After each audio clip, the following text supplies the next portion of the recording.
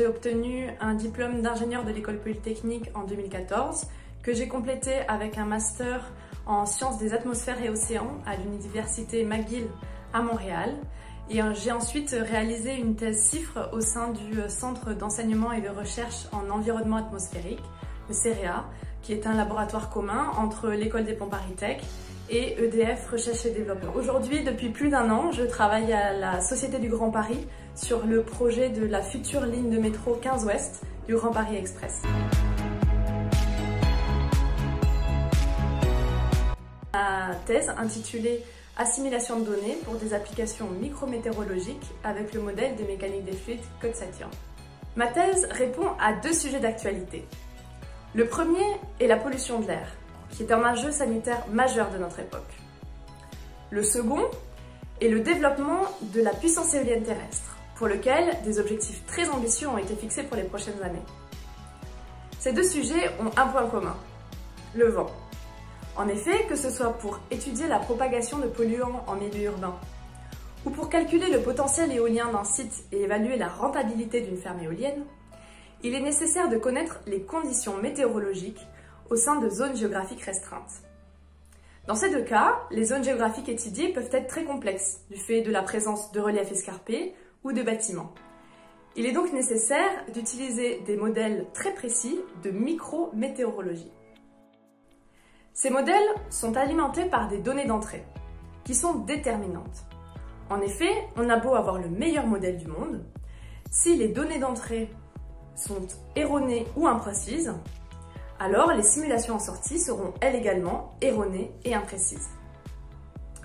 Dans mon cas, les modèles de micrométéorologie sont particulièrement sensibles aux conditions aux limites, c'est-à-dire la façon dont le vent rentre dans le domaine étudié. Il est donc crucial de connaître très précisément les conditions aux limites. Et c'est là que j'interviens. Les conditions limites sont généralement estimées à partir de simulations à plus grande échelle, de Météo France par exemple, qui donnent une indication générale de la vitesse et la direction du vent aux frontières du domaine étudié. Toutefois, ces simulations à grande échelle sont loin d'être suffisamment précises pour les applications qui m'intéressent. Alors comment les corriger?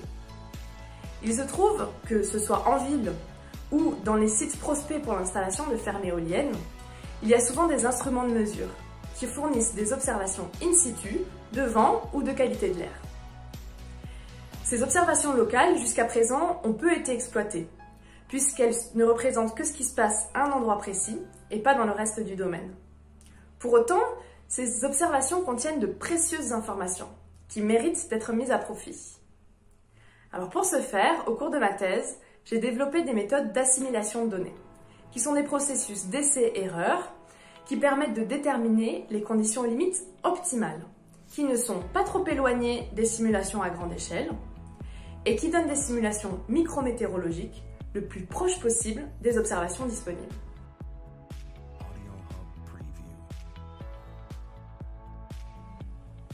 Ainsi, ma thèse aura permis de franchir une première étape, en mettant à profit les observations disponibles pour simuler très précisément les conditions micrométéorologiques dans des zones complexes. Ces simulations pourraient être utilisées par d'autres pour étudier des mesures d'amélioration de la qualité de l'air ou pour déterminer au mieux où installer des futures fermes éoliennes.